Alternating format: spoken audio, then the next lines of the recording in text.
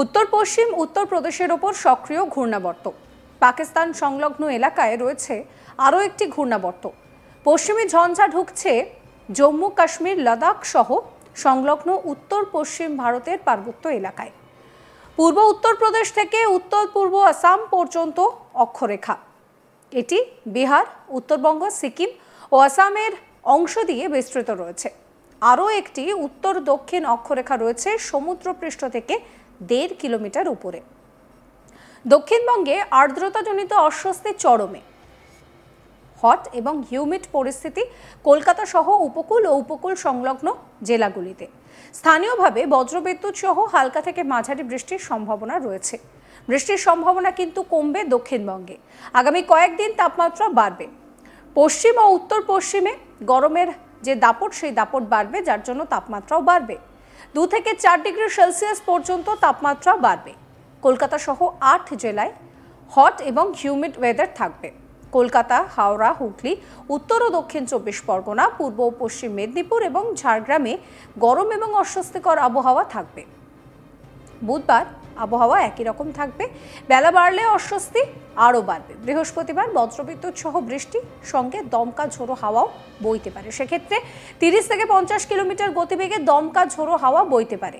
বজ্রবিদ্যুৎ সহ বৃষ্টির সম্ভাবনা রয়েছে কলকাতা, হাওড়া, উত্তর ও দক্ষিণ 24 পরগনা, পূর্ব ও পশ্চিম মেদিনীপুর, পূর্ব বর্ধমান, বীরভূম, মুর্শিদাবাদ এবং নদিয়া জেলাতে। বিক্ষিপ্তভাবে বৃষ্টি চলবে উত্তরবঙ্গের উপরের দিকের 5 জেলাতেও। জুন মাসের প্রথম সপ্তাহে ফের ভারী বৃষ্টির আশঙ্কা কিন্তু কম বলেই জানাচ্ছে আবহবিদরা। উল্টে তাপমাত্রা বাড়তে পারে উত্তরের জেলাগুলিতে।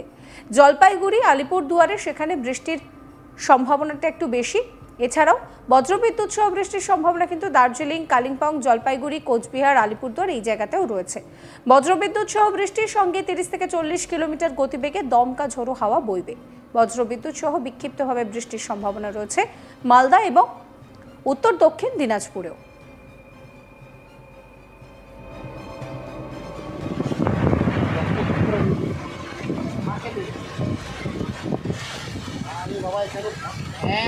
ভয়ঙ্কর বৃষ্টি হচ্ছে, অফিসে ঢোকার মুখে।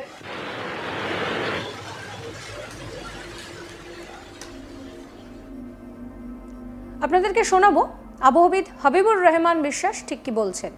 আগামী কয়েকদিন মূলত আজ থেকে 5 তারিখ পর্যন্ত আমাদের দক্ষিণবঙ্গের কয়েকটা জেলায়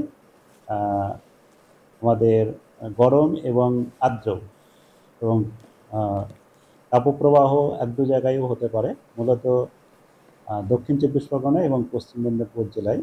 আর কলকাতা, হাওড়া, উত্তর 24 পরগনা, হুগলি, পূর্ব মেদিনীপুর এইসব জেলাতে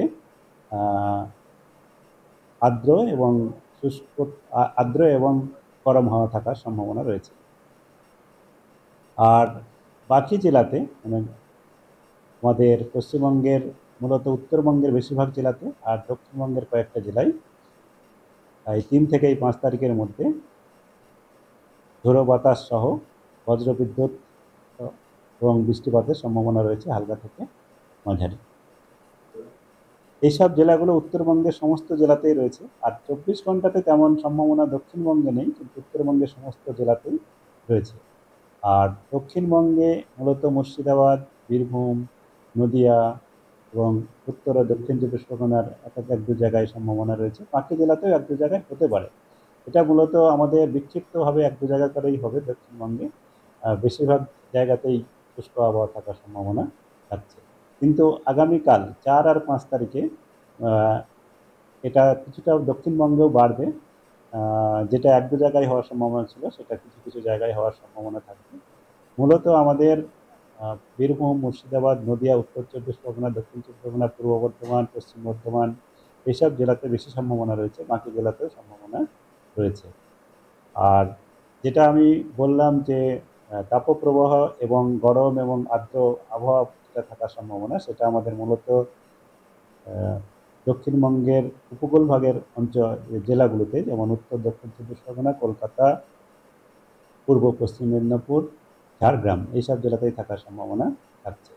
আর আগামী 5 তারিখের পরে আবার সমস্ত জেলাতেই যে আমাদের যে বৃষ্টিপাতের থান্ডারস্টর্ম এর সাথে বজ্রবিদ্যুৎ সহ যে বৃষ্টিপাতের সম্ভাবনা যেটা বললাম, এটা আরও কমে যাবে, বৃষ্টিপাতের পরিমাণ কমে যাবে এবং তাপমাত্রা আগামী দুদিনে এখন যেমন রয়েছে এরকমই থাকবে। দুদিন পরে বজ্রবিদ্যুৎ সহ বৃষ্টিপাতের জন্যে মূলত 4, 5 আর 6 এখানে কম থাকবে। 7 তারিখ থেকে আবার তাপমাত্রা বাড়তে শুরু করবে, কারণ সেই সময় আমাদের বৃষ্টিপাতের পরিমাণ কমে যাবে, আকাশে মেঘের পরিমাণ কমে যাবে, সূর্যকিরণ এবং পশ্চিম দিক থেকে শুষ্ক আবহাওয়া থাকার সম্ভাবনা থাকবে, তার জন্য তাপমাত্রা কিছুটা বাড়বে। এই হচ্ছে আমাদের আগামী কয়েকদিনের পূর্বাভাস। কলকাতা তার পার্শ্ববর্তী অঞ্চলে, কলকাতাতে আজ আমাদের মূলত আংশিক মেঘলা আকাশ কিছু কিছু জায়গায় থাকার সম্ভাবনা, বাকি যেটা গরম এবং আর্দ্র আবহাওয়া এটা চলবে।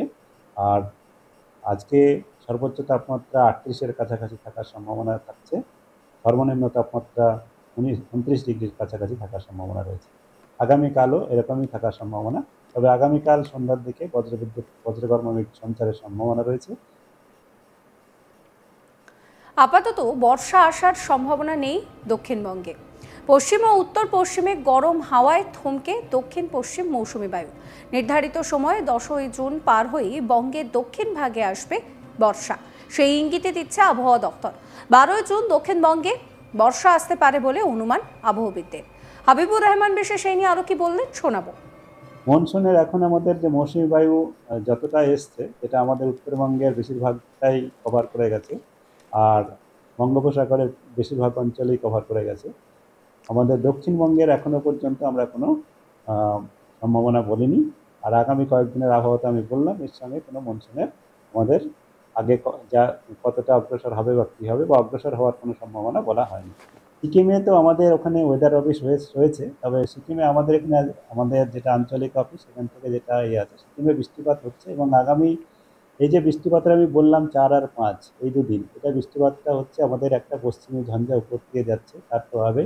আর আমাদের এখন আজকে বিহারের উপরে একটা বাতাসের নিম্নস্তরে একটা ঘূর্ণাবর্ত রয়েছে, এরই প্রভাবে আগামী 4 আর 5 কাল আজকেও কিছুটা আছে প্রভাব, কিন্তু কালকে আর পরশু সিকিম এবং আমাদের উত্তরবঙ্গের জেলাগুলোতেও সর্বত্রই প্রায় বৃষ্টিপাত থাকবে। তবে বৃষ্টিপাতের পরিমাণ অতটা বেশি হবে না।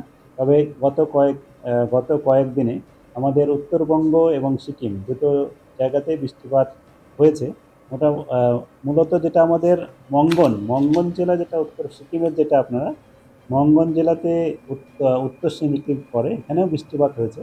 এখানে আমরা যদি দেখি 27শে মে থেকে আজকে 3 তারিখ পর্যন্ত। সমস্ত খবরের আপডেটের জন্য আপনাদের নজর থাকুক আজ তাক বাংলায়। চ্যানেলটিকে সাবস্ক্রাইব করবেন, নোটিফিকেশন পেতে বেল আইকনে ক্লিক করবেন, ফলো করতে ভুলবেন না আজ তাক বাংলার হোয়াটসঅ্যাপ চ্যানেলও।